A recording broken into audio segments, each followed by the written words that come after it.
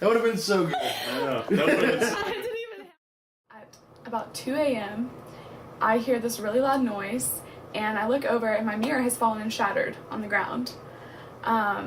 So that really startled me, and I was in the middle of a deep sleep, dreaming and everything, and woke me right up. And I looked over at my roommate, and she looked at me, and then I looked at the foot of her bed, like right where I'm sitting, and I saw this black shadow.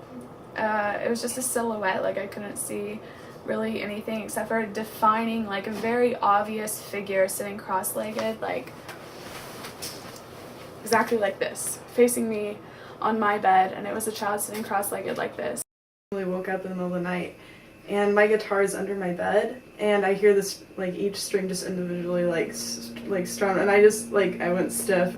And then, that's all, I don't know, it was weird. And, you know, my first thought was, okay, maybe something fell, but I was like, okay, but nothing could have fallen because my guitar's under my bed. So I was just like, I don't know, it scared me.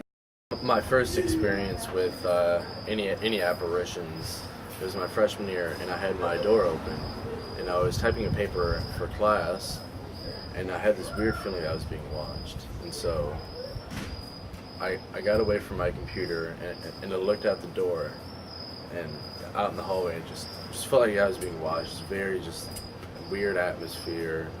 And then my roommate at the time, Max Barnett, he had his window blinds open, and so I looked out the window, and in the old Winifred Moore, and I see this like white ghostly like figure, and all of a sudden whenever I just got this weird just weird feeling about it, like I was being freaked out and like I was being watched. And I immediately, once my brain connected that there was something there, I ran out the room, went into Matt Creek's room, and was like, guys, you gotta check this out.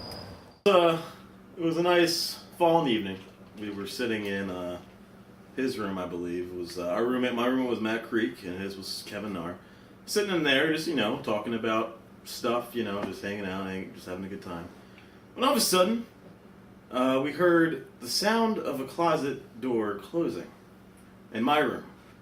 And yes, exactly. As the effect. And we walked in there to investigate.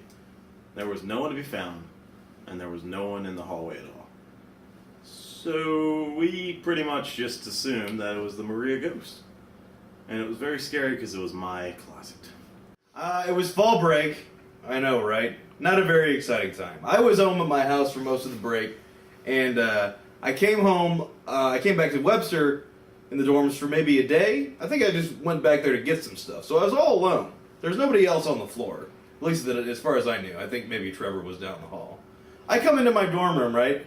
And it's the suite setup. So there's a bathroom in the middle, and I go into the bathroom because I had to pee. So I go into the bathroom, and the door closed. I heard the door close, and I swear, my roommate and I had their wardrobes right next to one another. And when I came in, both of the doors were closed. Because I remember, because if the doors had been open, it would have blocked the pathway. I would have had to kind of squeeze by to get through the main pathway if there would have been an obstruction. They were both closed. I go into the bathroom, and I urinate. And as I'm doing this, I hear like a...